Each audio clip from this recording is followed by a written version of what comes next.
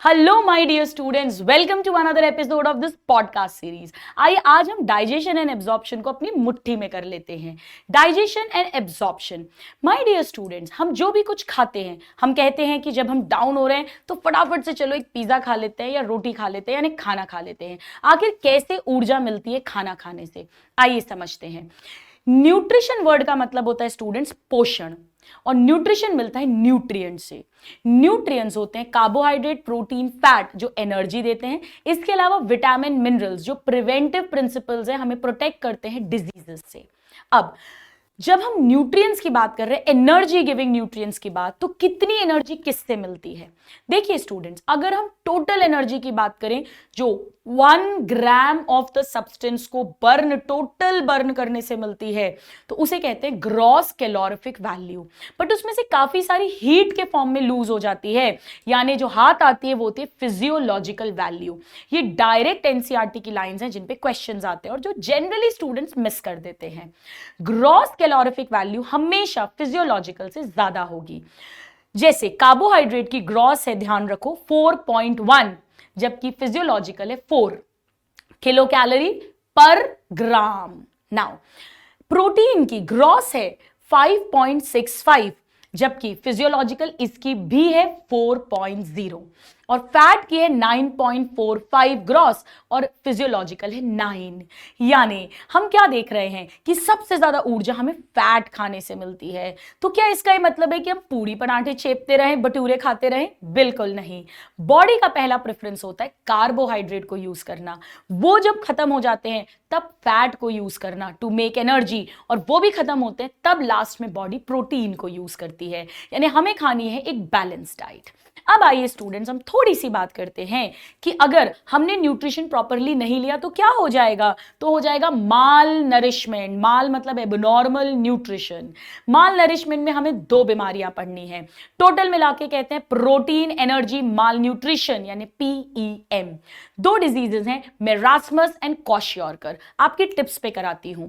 Marasmus 1 साल से कम के बच्चे को होता है और क्वाशियोरकर जनरली 1 ईयर से ज्यादा के बच्चे को होता है।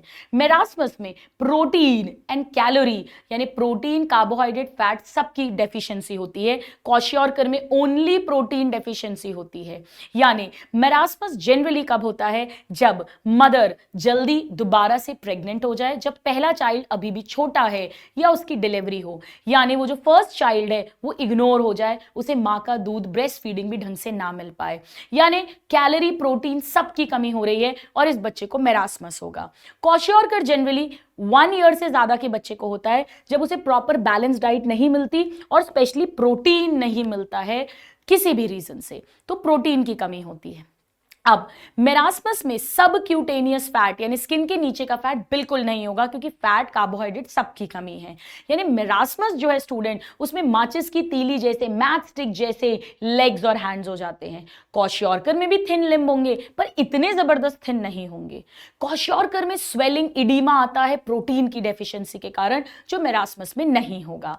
बाकी दोनों में ही दुबले होंगे बच्चे, माल नरिश्ड होंगे, लेकिन क्वाशियोरकर में प्रोटीन डेफिशिएंसी के स्वेलिंग, इडीमा, मटके जैसा पेट, पॉट बेली, पिजन कबूतर जैसा चेस्ट, रेडिश हेयर क्योंकि बाल माल नरिश्ड हो रहे हैं, उसमें एनर्जी नहीं मिल रही है, प्रोटीन नहीं मिल रहा है, ये सब हो जाएगा। So these are the main symptoms. आप कैसे पहचानेंगे? लेस देन 1 और मोर देन 1 जरूर ऑप्शन में दिया होगा। अब हम बात कर लेते हैं हमारे ह्यूमन डाइजेस्टिव सिस्टम की। ह्यूमन डाइजेस्टिव सिस्टम जो है स्टूडेंट, हमारे में 4 स्टेप्स, कभी कभी कहते हैं 5 स्टेप्स होंगे हमारे पोषण, न्यूट्रिशन के लिए। सबसे पहले इंजेशन, क्योंकि हम होलोजोइक है एनिमल्स, खाना खाना। फिर डाइजेशन, डाइजेशन मतलब कॉम्प्लेक्स ऑर्गेनिक फूड को सिंपल ऑर्गेनिक में तोड़ना, ब्रेक डाउन करना, पानी ऐड करके टूटेंगे, हाइड्रोलाइसिस करना with the help of enzymes, इसे बोलते हैं डाइजेशन। जैसे अगर हमने रोटी खाई स्टार्च तो उसे तोड़ के ग्लूकोज बनाएंगे, दाल खाई प्रोटीन तो अमीनो एसिड बनाएंगे, तेल घी जो खा रहे हैं उससे फैटी एसिड और ग्लिसरॉल बनाएंगे। नाउ इसके बाद आएगा जब डाइजेस्ट कर लिया तो डाइजेस्टेड प्रोडक्ट को एब्जॉर्ब करना इनटू द ब्लड, या अगर वो फैट डाइजेशन के प्रोडक्ट्स हैं तो इनटू लिम्फ कैपिलरी, इसे बोलते हैं एब्जॉर्प्शन। इसके बाद में एक एक सेल तक इस डाइजेस्टेड एंड एब्जॉर्ब्ड प्रोडक्ट्स को पहुंचाया जाएगा, जहां पर सेल्स यूटिलाइज करेंगे अपनी ग्रोथ के लिए, एनर्जी बनाने के लिए। That utilization is called assimilation. और फाइनली जो अनडाइजेस्टेड है, अनएब्जॉर्ब्ड है, that will be thrown out of the body through anus in the form of feces, which is called egestion. So हम इस चैप्टर में डाइजेशन और एब्जॉर्प्शन को पढ़ने वाले हैं। हमारे आइए पहले हम ह्यूमन डाइजेस्टिव सिस्टम का स्ट्रक्चर देख लेते हैं, फिर उसकी फंक्शनिंग देख लेंगे। डाइजेस्टिव सिस्टम को 2 पार्ट्स में डिवाइड करते हैं। माउथ एंटीरियर और एनस पोस्टीरियर के बीच में जो भी टनल है, कैनाल है, गुफा है, एलिमेंट्री कैनाल, और इसके साथ एसोसिएटेड है कुछ डाइजेस्टिव ग्लैंड्स।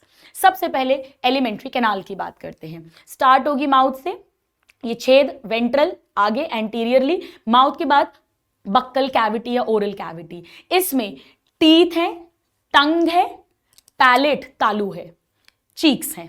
नाउ पैलेट की अगर मैं बात करूं तो एंटीरियरली हार्ड पैलेट है, पोस्टीरियरली सॉफ्ट पैलेट है। सॉफ्ट पैलेट से एक फिंगर लाइक प्रोजेक्शन निकलता है जिसे यूविला बोलते हैं।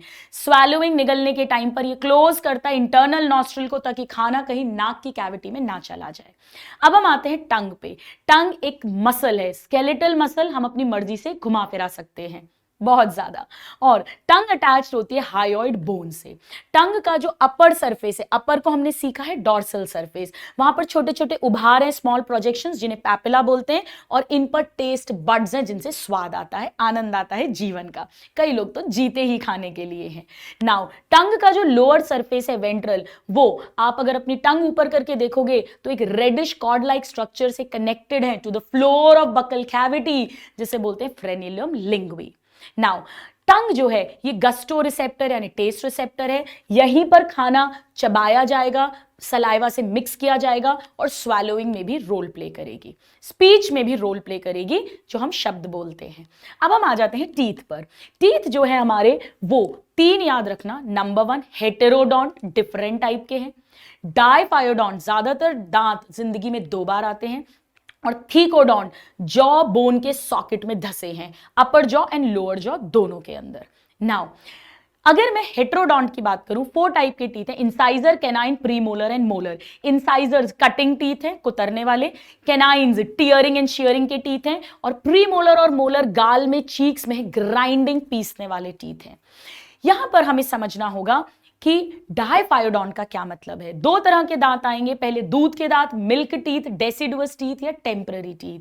डेसिडुअस जैसे पत्ते पतझड़ में झड़ते हैं, ये दांत भी एक बार झड़ जाएंगे, और ये दोबारा से आएंगे, तब कहेंगे हम इन्हें परमानेंट टीथ। नाउ हमारा डेंटल फॉर्मूला होता है 2102/2102। इसका क्या मतलब है? डेंटल फॉर्मूला का मतलब है स्टूडेंट, ऊपर और नीचे के आधे आधे दांत, 2 1 2 3, यानी 2 incisor, 1 canine, 2 premolar and 3 molar. हम आगे से पीछे की तरफ जा रहे हैं, सेम ऐसे ही नीचे होगा, ऊपर हो गए 2 1 2 3 यानी 8, नीचे भी हो गए 8, और ऐसा ही सेम अदर हाफ में हो गया, यानी 16 और 16 32। कहते हैं ना अपनी बत्तीसी मत दिखाओ, लेकिन चिल्ड्रन में, चाइल्ड में होता है 2102, यानी जो 2 प्रीमोलर हैं, 2 2 2 2, टोटल 8 प्रीमोलर, 8 प्रीमोलर, और लास्ट वाला मोलर जिसे अक्कलदाढ़ विजडम टूथ बोलते हैं 1 1 1 1, यानी ये जो 12 टीथ हैं ये जिंदगी में एक ही बार आते हैं, बच्चे में नहीं दिखेंगे, सीधे अडल्ट में दिखेंगे, तो ये मोनोफायोडोंट है। बट 32 में से 20 टीथ जिंदगी में 2 बार आ रहे हैं, इसीलिए हम ओवरऑल डाइफायोडोंट कहते हैं। टीथ की हार्ड सरफेस जो है, hardest substance of the body, enamel का बना है, ये जो हार्ड च्यूइंग सरफेस होता है।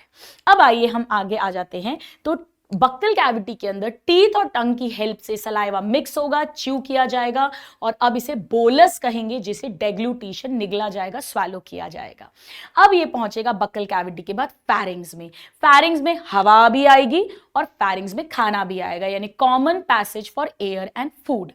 फैरिंग्स के बाद आएगा ईसोफेगस। ईसोफेगस की अपर ओपनिंग को गलेट कहेंगे। ईसोफेगस एक लॉन्ग मस्कुलर ट्यूब है जो नेक से स्टार्ट होगी, थोरैक्स में आएगी, डायफ्राम को पियर्स करेगी, पोस्टीरियरली रहती है, फ्रंट में ट्रेकिया है, पीछे ईसोफेगस है और ओपन हो जाएगी स्टमक में। जहां स्टमक में ओपन होगी वहां पर स्टूडेंट्स एक स्फिंक्टर होगा जिसे बोलते हैं कार्डियक स्फिंक्टर या गैस्ट्रो ईसोफेजियल स्फिंक्टर, जो जब स्टमक कॉन्ट्रैक्ट करेगा तो खाने का back flow, regurgitation of food को प्रिवेंट करेगा।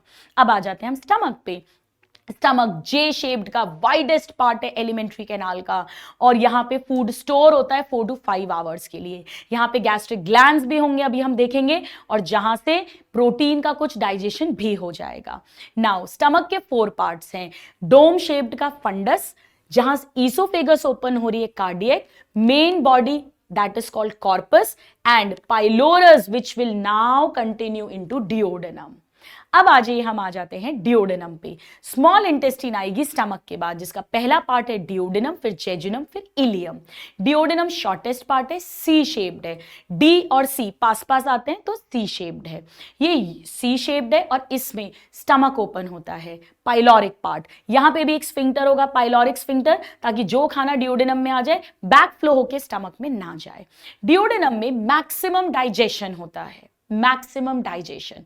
और डिओडेनम के बाद जेजुनम कॉइल्ड है, इलियम हाईली कॉइल्ड है। जेजुनम में मैक्सिमम एब्जॉर्प्शन होता है, तो डिओडेनम में मैक्सिमम डाइजेशन, जियोजुनम में मैक्सिमम एब्जॉर्प्शन। इसके बाद इलियम जो है last part of small intestine, highly coiled, वो ओपन होगी लार्ज इंटेस्टीन में। लार्ज इंटेस्टीन का पहला पार्ट है सीकम, ये ब्लाइंड है, एक तरफ से बंद है, दूसरी तरफ ऊपर कोलॉन से कनेक्टेड है। यहां पे माइक्रोब्स भी रहते हैं जो सिम्बायोटिक हैं, हमारे प्यारे फेवरेट दोस्तों की तरह हैं। यहीं पर एक और वाल्व होगा, इलियोसीकल वाल्व। इसका काम है कि जो खाना फूड सीकम में आ गया, कहीं उसका back flow back into ileum ना हो। इनके जंक्शन पर एक small finger like tubular structure है जिसे वर्मीफॉर्म अपेंडिक्स कहते हैं, जो रूडिमेंट्री या वेस्टिजियल। अब सीकम के बाद आएगा कोलॉन। कोलॉन में पहले ascending colon, transverse colon, descending colon, sigma shape की सिग्मोइड कोलॉन, और उसके बाद आएगा रेक्टम। रेक्टम में फीकल मैटर स्टोर होगा, स्टोर हाउस ऑफ फीसेस है। यहीं पर मास पेरिस्टाल्सिस होगा, मूवमेंट होंगे, और फिर एनस के through faeces will be excreted out. ये तो हो गई पूरी एलिमेंट्री कैनाल। अब आइए हम बात करते हैं डाइजेस्टिव ग्लैंड्स की, बट उसको पढ़ने के पहले आइए एलिमेंट्री कैनाल की हिस्टोलॉजी यानी दीवार की बात कर लेते हैं। सो आउटर मोस्ट कवरिंग है serosa. Serosa simple squamous epithelium, जिसे मेसोथेलियम कहते हैं, लिटिल एरियोलर कनेक्टिव टिश्यू की बनी है। इसके इनर साइड पर आएगी मस्कुलैरिस। मस्कुलैरिस को आप याद रखोगे लॉकी से, लॉकी लॉकी लॉकी, यानी लॉन्गिट्यूडिनल आउटर मसल है एंड सर्कुलर वाली इनर मसल है। स्टमक में एडिशनली और इनर ऑब्लिक मसल भी मिलती है। लॉकी तो सीरोजा, सीरोजा के अंदर की तरफ हो गई मस्कुलैरिस। मस्कुलैरिस के इनर आएगी सब म्यूकोसा। इसमें कनेक्टिव टिश्यू है, loose connective tissue, blood supply, nerve supply, lymph supply, सब कुछ है। ध्यान रखना स्टूडेंट्स, डिओडेनम की सब म्यूकोसा में ब्रूनर्स ग्लैंड मिलते हैं जो कोई एंजाइम नहीं बनाते पर बाइकार्बोनेट और म्यूकस प्रोड्यूस करते हैं। फिर आएगी mucosa. Innermost layer is mucosa, outer to inner, inner to outer पूछते हैं। Mucosa is thrown into folds ताकि सरफेस एरिया बढ़ जाए। इन फोल्ड्स को स्टमक में जो टेम्पररी फोल्ड्स हैं म्यूकोसा के रुगी कहते हैं, और इन्हें स्मॉल इंटेस्टीन में फिंगर लाइक विलई कहते हैं। विलई में जो सेल्स होंगे ये सब सिंपल कॉलमनार एपिथेलियम हैं, ये हम पढ़ चुके हैं स्ट्रक्चरल ऑर्गेनाइजेशन में।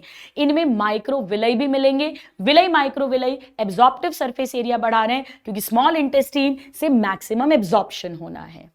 नाउ ये हो गई हिस्टोलॉजी की बात। अब हम आ जाते हैं स्टूडेंट्स इसके एसोसिएटेड ग्लैंड्स पे। पहला एसोसिएटेड ग्लैंड है सलाइवरी ग्लैंड। सलाइवरी ग्लैंड ध्यान रखो outside, just outside buccal cavity location है। 3 पेयर है, 3 जोड़ी। पहला पैरोटिड, दो सब मैंडिबुलर या सब मैक्सिलरी, एंड 2 सब लिंगुअल। ध्यान रखना पेयर पूछ रहे हैं या टोटल नंबर पूछ रहे हैं। 3 पेयर, टोटल 6। पैरोटिड लार्जेस्ट है, सब मैंडिबुलर उससे छोटा है, सब लिंगुअल सबसे छोटा है। पैरोटिड की लोकेशन है चीक्स, एक्चुअली ईयर लोब्यूल के नीचे इसे चीक्स लिखा है एनसीईआरटी ने। सब मैंडिबुलर या सब मैक्सिलरी की लिखा है लोअर जॉ और सब लिंगुअल की बिलो टंग। इनके डक्ट्स के नाम आने चाहिए, भले ही एनसीईआरटी में नहीं दिया है। पैरोटिड का नाम है स्टेनसन्स डक्ट, पीएस यानी स्टेनसन्स डक्ट पैरोटिड की। सब मैंडिबुलर की वॉटन्स डक्ट जो सबसे बड़ी डक्ट है, और Rivinus ducts, ducts of Rivinus sublingual की। सलाइवरी ग्लैंड का काम है सलाइवा बनाना, जिसकी अभी हम थोड़ी देर में बात करेंगे। अब हम आ जाते हैं स्टूडेंट्स फटाफट से लिवर पे। लिवर और gall bladder. Liver largest gland of the body है, 1.2 से 1.4 kg इसका वजन है। ये राइट साइड में है, एब्डोमिनल कैविटी में जस्ट बिलो डायफ्राम। जबकि स्टमक को क्या कहते थे, स्टमक में अगर हम पेट में एब्डोमेन में 4 क्वाड्रेंट करें तो लेफ्ट साइड में है, left upper quadrant of abdominal cavity में स्टमक की लोकेशन है। अब लिवर के 2 लोब्स हैं, right lobe and left lobe. Right lobe के साथ कनेक्टेड है गॉल ब्लैडर। लिवर बाइल बनाएगा, गॉल ब्लैडर नाशपाती पियर शेप का बाइल को स्टोर एंड कॉन्सेंट्रेट करेगा। लिवर जो है स्टूडेंट्स, इसकी यूनिट को कहते हैं, स्ट्रक्चरल यूनिट को हिपैटिक लोब्यूल। हिपैटिक लोब्यूल के चारों तरफ एक कनेक्टिव टिश्यू की कवरिंग है जिसे कहते हैं Glisson's capsule. Now hepatic lobule क्या है, इसमें हिपैटोसाइट यानी लिवर के सेल्स हैं, कॉर्ड्स के रूप में अरेंज्ड हैं, यही बाइल प्रोड्यूस करेंगे माय डियर स्टूडेंट्स। लिवर के राइट साइड का सारा बाइल लेकर एक डक्ट आएगी, लेफ्ट साइड का सारा बाइल लेकर एक डक्ट आएगी। Right hepatic duct, left hepatic duct मिलके बनाएगी कॉमन हिपैटिक डक्ट। ये बाइल लिवर गॉल ब्लैडर में स्टोर एंड कॉन्सेंट्रेट होगा। Very very important. Gall bladder की डक्ट को सिस्टिक डक्ट बोलते हैं। जब सिस्टिक डक्ट और कॉमन हिपैटिक डक्ट मिलेगी तो बनेगी कॉमन बाइल डक्ट। नाउ अब हम आ जाते हैं पैनक्रियाज पे। पैनक्रियाज जो है माय डियर स्टूडेंट्स, पैनक्रियाज एक लंबा इलोंगेटेड सा है जो डियोडेनम के सी शेप्ड लूप में है। यहां पर पैनक्रियाटिक जूस बनेगा जिसकी अभी हम बात करेंगे। पैनक्रिया एक हेटेरोक्राइन मिक्स्ड ग्लैंड है, यानी इसका एक्सोक्राइन पार्ट है जो पैनक्रियाटिक जूस बना के डक्ट के थ्रू डालेगा, और एक एंडोक्राइन पार्ट है, आइलेट ऑफ लैंगरहैंस जिसकी यूनिट है, जहां से हॉर्मोन्स बनेंगे जो डायरेक्ट ब्लड में डाले जाएंगे। अल्फा सेल ग्लूकेगॉन हार्मोन बनाएगा, बीटा सेल इंसुलिन हार्मोन बनाएगा, डेल्टा सेल सोमैटोस्टैटिन। इसकी बात हम केमिकल कोऑर्डिनेशन चैप्टर में और आगे बढ़ाएंगे।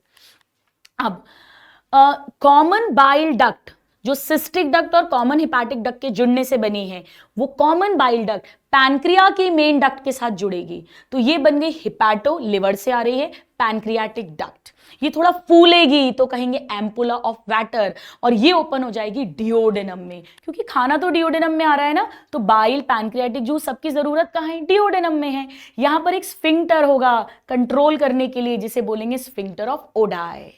सो liver, gall bladder, pancreas and salivary gland, ये हो गए एसोसिएटेड ग्लैंड। तो ये पूरा स्ट्रक्चर हो गया my dear students of the alimentary canal, पूरा digestive system I should say. अब आइए हम आ जाते हैं इसकी फंक्शनिंग पर, फिजियोलॉजी पर। ऑलराइट स्टूडेंट्स, चलिए तो आइए अब हम इसकी फिजियोलॉजी एक बार चेक करते हैं। फिजियोलॉजी की अगर मैं बात करूं डियर स्टूडेंट्स, तो पहले हमें डाइजेस्टिव जूसेस आने चाहिए, डाइजेस्टिव ग्लैंड्स आने चाहिए। सलाइवरी ग्लैंड से सलाइवा बन रहा है, स्टमक से गैस्ट्रिक ग्लैंड है जहां से गैस्ट्रिक जूस बन रहा है, और इंटेस्टीन में इंटेस्टिनल जूस बन रहा है इंटेस्टिनल ग्लैंड से। इंटेस्टीन में 2 तरह के ग्लैंड्स हैं, एक ब्रूनर ग्लैंड जो सिर्फ डियोडेनम की सबम्यूकोजा में मिलते हैं, और एक क्रिप्ट ऑफ लिबरकुन, जैसे एक ये विलई एक ये विलई, इमेजिन करिए 2 फिंगर जैसी, बीच में गड्ढा बना क्रिप्ट, इसे ही बोलते हैं क्रिप्ट ऑफ लिबरकुन। यहीं से इंटेस्टिनल जूस के एंजाइम्स बनने वाले हैं। अब मैं आपको इनके पीएच याद कराती हूं। इसके अलावा बाइल बनेगा लिवर से और पैनक्रियाटिक जूस बनेगा पैनक्रियाज से, यानी हमारे पास सलाइवा होगा, pancreatic juice, bile, gastric juice और इंटेस्टिनल जूस, जिसमें ब्रूनर ग्लैंड और क्रिप्ट ऑफ लिबरकुन दोनों के सिक्रीशन आएंगे। इसे टोटल मिलाकर बोलते हैं सक्कस एंटेरिकस। एंटेरॉन वर्ड मतलब intestine, total intestinal juice. Now saliva का पीएच याद रखो 6.8, 7 न्यूट्रल है यानी स्लाइटली एसिडिक। स्टमक का याद रखो 1.8 और बाकी सबका 7.8 अल्कलाइन। स्टमक हाईली एसिड है, क्यों अभी सब समझ आएगा। तो 6.8, 1.8 एंड 7.8। नाउ इनमें से एंजाइम किस किस में नहीं बनते हैं? एक तो ब्रूनर ग्लैंड के सेल्स नहीं बनाएंगे और एक बाइल में भी कोई एंजाइम नहीं होता है। अब सलाइवरी ग्लैंड में सलाइवा बन रहा है। सलाइवा 1 से 1.5 लीटर पर डे बनता है। सलाइवा में ध्यान से सुनिएगा, मेजर 99% तो पानी है, वाटर। इसके अलावा sodium, chloride, potassium, bicarbonate, thiocyanate, ions हैं। IgA एंटीबॉडी मिलती है, ये ध्यान रखना, ह्यूमन हेल्थ एंड डिजीज से क्वेश्चन बनता है। और इसमें एंजाइम्स मिलते हैं। सलाइवा में 2 एंजाइम मिलते हैं, ध्यान से सुनिए। पहला लाइजोजाइम जो बैक्टीरिया का किलिंग करता है, बैक्टीरियोसाइडल, और दूसरा सलाइवरी अमाइलेज जिसे टाइलिन भी बोलते हैं। अमाइलेज नाम से ही समझ में आ रहा है, ये स्टार्च को तोड़ के माल्टोज बनाएगा। स्टार्च एक पॉलीसेकेराइड है, माल्टोज एक डाइसेकेराइड है, 2 ग्लूकोज का बनता है। तो स्टार्च को तोड़ के माल्टोज में कन्वर्ट करेगा 30% स्टार्च को। डन। अब हुआ क्या है, बक्कल कैविटी में फूड को च्यू किया, ठीक है, मैस्टिकेट किया और सलाइवा से मिक्स किया। सलाइवरी अमाइलेज ने 30% स्टार्च को माल्टोज में तोड़ दिया, बाकी अभी कुछ और डाइजेस्ट नहीं हुआ है। ये बोलस के फॉर्म में स्वेलो हो गया। ईसोफेगस में नो डाइजेशन, ये पहुंच गया स्टमक में।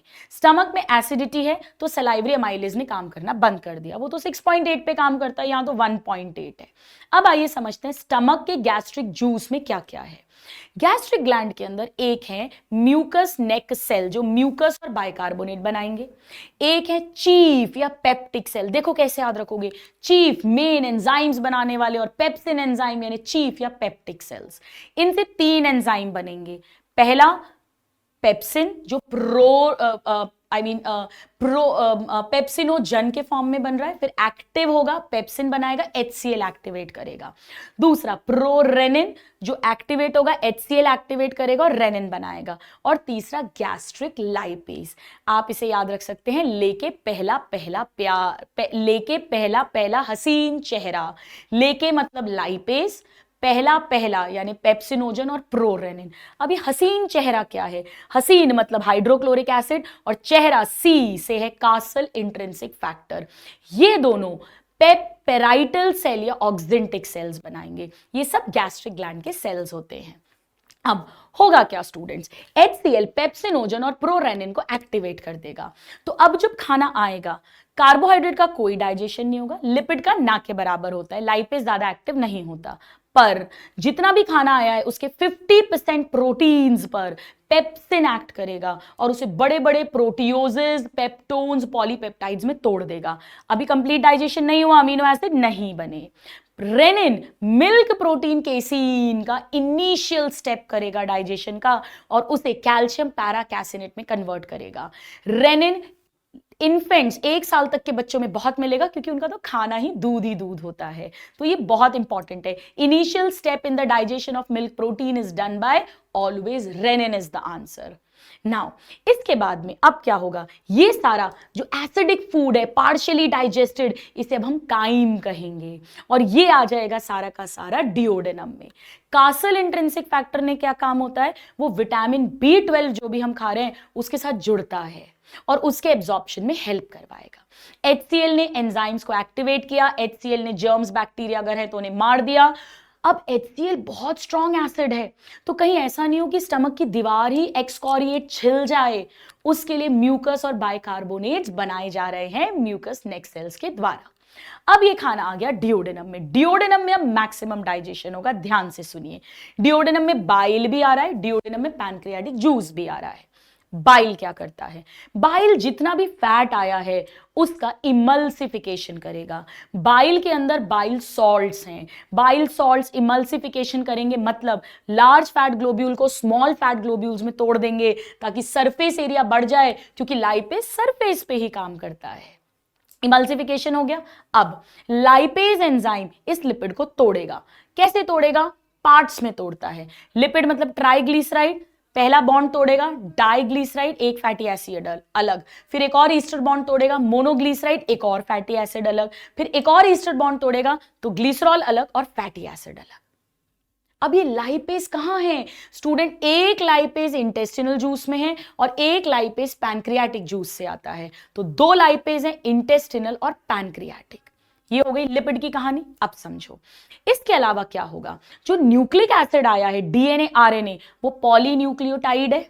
तो पैनक्रियाटिक जूस से आया है न्यूक्लियेज, वो इनके फॉस्फोडाइस्टर बॉन्ड को तोड़ेगा और इन्हें न्यूक्लियोटाइड में कन्वर्ट कर देगा। फिर क्रिप्ट ऑफ लिबरकुन जो इंटेस्टिनल जूस है, वहां से न्यूक्लियोटाइडेज निकलेगा, इन्हें न्यूक्लियोसाइड में कन्वर्ट करेगा। फिर न्यूक्लियोसाइडेज निकलेगा तो नाइट्रोजन बेस अलग और शुगर अलग, यानी न्यूक्लियेज आया पैनक्रियाटिक जूस से, न्यूक्लियोटाइडेज साइडेज आए क्रिप्ट ऑफ लिबरकुन यानी इंटेस्टिनल जूस से। अब कार्बोहाइड्रेट में क्या होगा, ध्यान से समझो। 30% स्टार्च ऑलरेडी माल्टोज में टूट कर आया है और 70% स्टार्च ऐसा का ऐसा आया है। अब पैनक्रियाटिक जूस से अमाइलेज आएगा, तो पैनक्रियाटिक जूस से अमाइलेज भी आता है और लाइपेज भी आता है। अमाइलेज ने बचे हुए 70% स्टार्च को माल्टोज में तोड़ दिया। अब इस माल्टोज को तोड़ने के लिए माल्टेज चाहिए, जो दोनों ग्लूकोज के बीच के बॉन्ड को तोड़ेगा। माल्टेज इंटेस्टिनल जूस बनाता है, जो सक्कस एंटेरिकस है, क्रिप्ट ऑफ लिबरकुन है, वो दो ग्लूकोज में तोड़ देगा, मोनोमर बन गया। इसके अलावा अगर हमने चीनी खाई है सुक्रोज, तो सुक्रेज एंजाइम भी इंटेस्टिनल जूस बनाएगा, ग्लूकोज फ्रक्टोज में तोड़ देगा। इसके अलावा अगर हम दूध पी रहे हैं तो उसमें लैक्टोज शुगर है, लैक्टेज एंजाइम भी इंटेस्टिनल जूस बनाएगा, ग्लूकोज और गैलेक्टोज में तोड़ देगा। यानी अगर आप ध्यान से देखो ना स्टूडेंट्स, तो फाइनल स्टेप्स के एंजाइम्स इंटेस्टिनल जूस में मिल रहे हैं। न्यूक्लियस पैनक्रियाटिक जूस में, बट न्यूक्लियोटाइडेज साइडेज इंटेस्टिनल जूस में। अमाइलेज सलाइवरी और पैनक्रियाटिक, लेकिन maltase sucrase lactase intestinal juice में। आ रहा है समझ में, मजे आ रहे हैं आपको। यानी फाइनल वाले जो एंजाइम्स हैं वो सब इंटेस्टिनल जूस में बनते हैं। लाइपेज दोनों में है, pancreatic as well as intestinal. अब इसके बाद हम प्रोटीन की बात करते हैं। 50% प्रोटीन पेप्सिन ने बड़े बड़े प्रोटियोजेस पेप्टोन्स में तोड़ दिया है।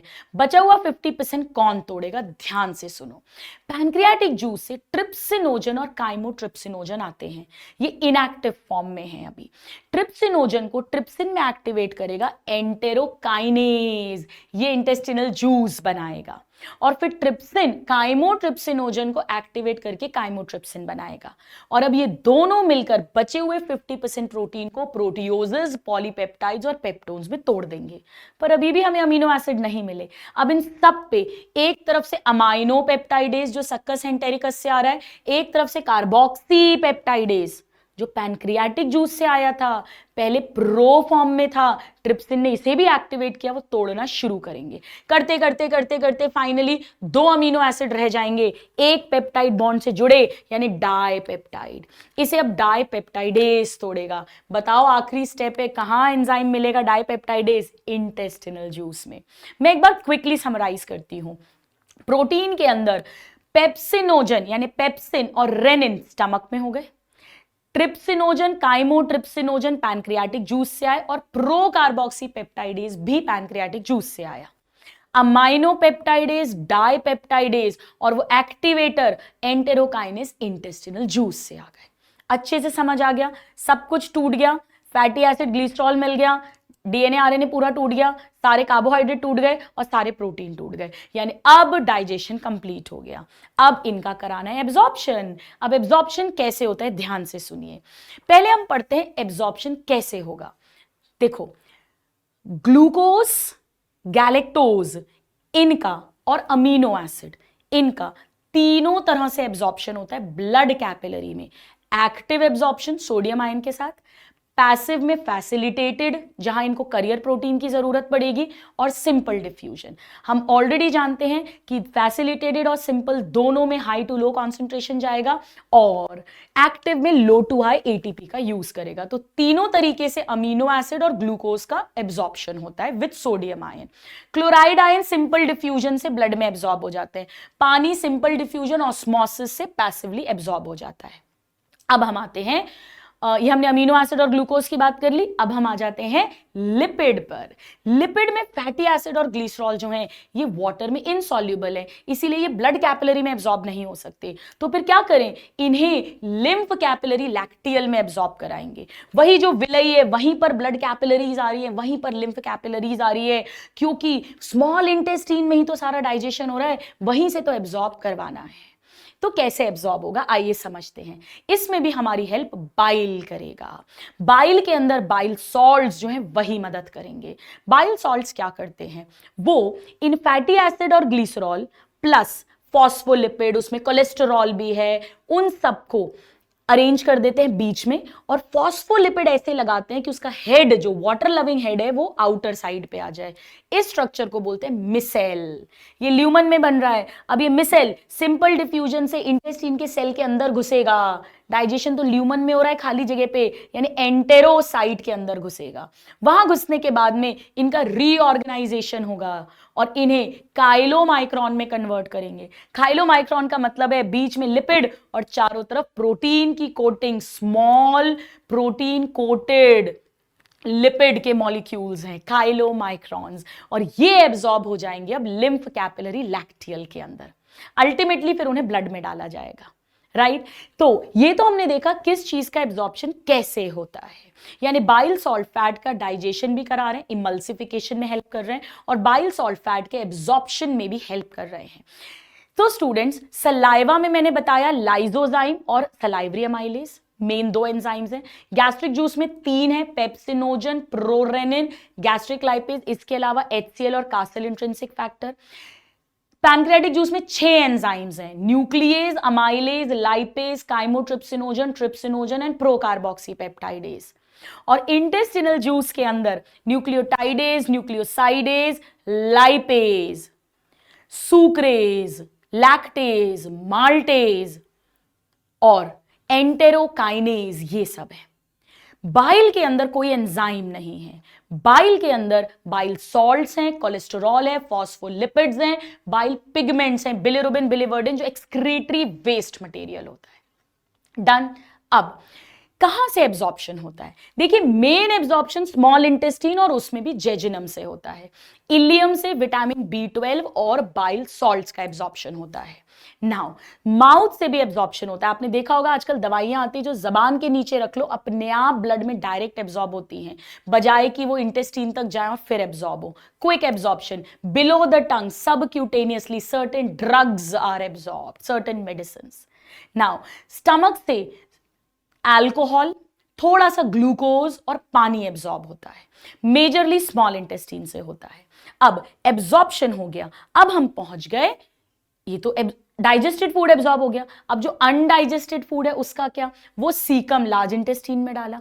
जब वो कोलॉन से जाएगा तब उसमें से वाटर और मिनरल एब्जॉर्ब होंगे from the undigested waste, colon से, यानी लार्ज इंटेस्टाइन से भी एब्जॉर्ब हो रहे हैं water, minerals and certain drugs, medicine like steroid, corticosteroids. पर लार्ज इंटेस्टाइन का लिटिल रोल है डाइजेस्टिव एक्टिविटी में। एब्जॉर्प्शन अनडाइजेस्टेड वेस्ट से हो रहा है। अब लार्ज इंटेस्टाइन में क्या किया जाएगा, वाटर एब्जॉर्ब करके इसे सेमी सॉलिड में कन्वर्ट करेंगे। म्यूकस यहां भी बनेगा जो इन्हें अच्छे से स्टिकी कर और एक सेमी सॉलिड सा सब्सटेंस बनाएगा जिसे हम फीसस कहते हैं, which will be stored in rectum. और जब वहां पे मास पेरिस्टाल्सिस होगा, नर्वस सिस्टम से सिग्नल आएगा, तब जाकर डेफिकेशन होगा। It's a voluntary act of passing faeces. इतना क्लियर हुआ? नाउ ये जो सारे डाइजेशन है, ये जो सब सलाइवा जूसेस का बनना है, ये न्यूरल और एंडोक्राइन दोनों कंट्रोल में है। जैसे ही हम खाना देखते हैं, सूंघते हैं, उसके बारे में सोचते हैं, मेरे पसंद का खाना, तो बोलते हैं मुंह में पानी आ गया, यानी सलाइवेशन स्टार्ट हो जाता है। और जैसे ही मुंह में रखते हैं तब तो ऑब्वियसली शुरू हो जाएगा। आइए स्टूडेंट्स, अब हम समझते हैं कि ये सब कंट्रोल्ड कैसे होता है। हाँ, एक चीज और, पेरिस्टाल्सिस। पेरिस्टाल्सिस का मतलब है रिदमिक वेव लाइक कॉन्ट्रैक्शन। एक हिस्सा कॉन्ट्रैक्ट किया, दूसरा रिलैक्स किया, खाना नीचे आ गया, एंड सो ऑन। अब आइए हम हार्मोन्स की बात करते हैं। ये लोकल हार्मोन्स है। हमें मेन 6 हार्मोन्स आने चाहिए, उसमें से भी 4 तो एक्स्ट्रा इंपॉर्टेंट है। पहला, स्टमक से निकलता है गैस्ट्रिन। ये तो बहुत आसान है, स्टमक गैस्ट्रिन। स्टमक से गैस्ट्रिन निकला, गैस्ट्रिन स्टमक पे ही काम करेगा और गैस्ट्रिक जूस बढ़वाएगा बनाना और गैस्ट्रिक मोटिलिटी बढ़ाएगा। तो जी से गैस्ट्रिन, गैस्ट्रिन निकलेगा स्टमक से, स्टमक पे ही काम करेगा, स्टमक की मोटिलिटी बढ़ाएगा, स्टमक में गैस्ट्रिक जूस बनवाएगा। नाउ नंबर 2, जैसे ही खाना डिओडेनम में आ गया, अब हम नहीं चाहते गैस्ट्रिन बने, क्योंकि अगर गैस्ट्रिन बना, हाइड्रोक्लोरिक एसिड बना तो एसिडिटी हो जाएगी, खाना तो है ही नहीं। तो उस समय पर डिओडेनम से निकलता है, स्मॉल इंटेस्टाइन से निकलता है गैस्ट्रिक इनहिबिटरी पेप्टाइड। निकला इंटेस्टाइन में काम करेगा स्टमक पे, उल्टा काम मोटिलिटी और गैस्ट्रिक सिक्रीशन को इनहिबिट करेगा, इसीलिए इसे बोलते हैं एंटेरोगैस्टेरॉन। एंटेरो इंटेस्टाइन में बन रहा है, गैस्ट्रॉन स्टमक पे काम कर रहा है, ठीक गैस्ट्रिन का उल्टा। नाउ तीसरा very very important, CCK-PZ, cholecystokinin pancreozymin. Cholecysto word use करते हैं गॉल ब्लैडर के लिए, और काइनिन मतलब उसका कॉन्ट्रैक्शन कराना ताकि बाइल रिलीज हो, क्योंकि बाइल स्टोर एंड कॉन्सेंट्रेट होता है गॉल ब्लैडर में। और पैनक्रियोजाइमिन मतलब पैनक्रियाटिक जूस से एंजाइम्स निकलवाना। तो cholecystokinin pancreozymin, contraction of gall bladder and release of secretion of enzymes in pancreatic juice, वही lipase, amylase, nucleus etcetera. Now fourth है सिक्रीटिन। सिक्रीटिन पहला फर्स्ट डिस्कवर्ड हार्मोन है, ये भी स्मॉल इंटेस्टाइन से निकलेगा। CCK-PZ भी स्मॉल इंटेस्टाइन से निकल रहा है, जब खाना वहां आएगा काम करेगा गॉल ब्लैडर और पैनक्रियास पे।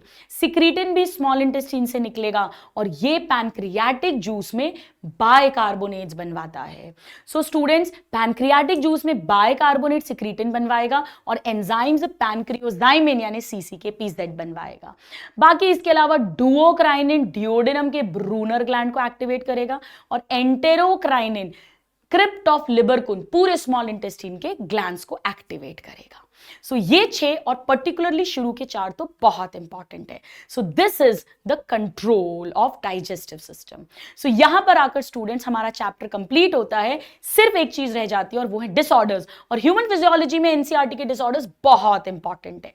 डिसऑर्डर नंबर 1 जॉन्डिस, पीलिया आप सब जानते हैं, इसमें बिलिरुबिन बढ़ जाता है, बाइल पिगमेंट्स बढ़ जाते हैं, जिसके कारण स्किन, नेल्स, आंखें सब कुछ पीली हो जाती है, येलो कलर की हो जाती है। It is a disorder of liver, क्योंकि लिवर में ही बाइल बन रहा है और बाइल में ही बाइल पिगमेंट्स बिलिरुबिन होता है।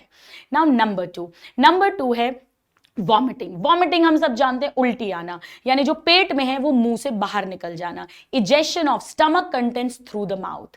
वॉमिटिंग के पहले जी मिचलाता है, फीलिंग ऑफ वॉमिटिंग, उसे कहते हैं नॉशिया। वॉमिटिंग सेंटर सारे सेंटर्स की तरह मेड्यूला में होता है। तो ये हो गया हमारा जॉन्डिस और वॉमिटिंग।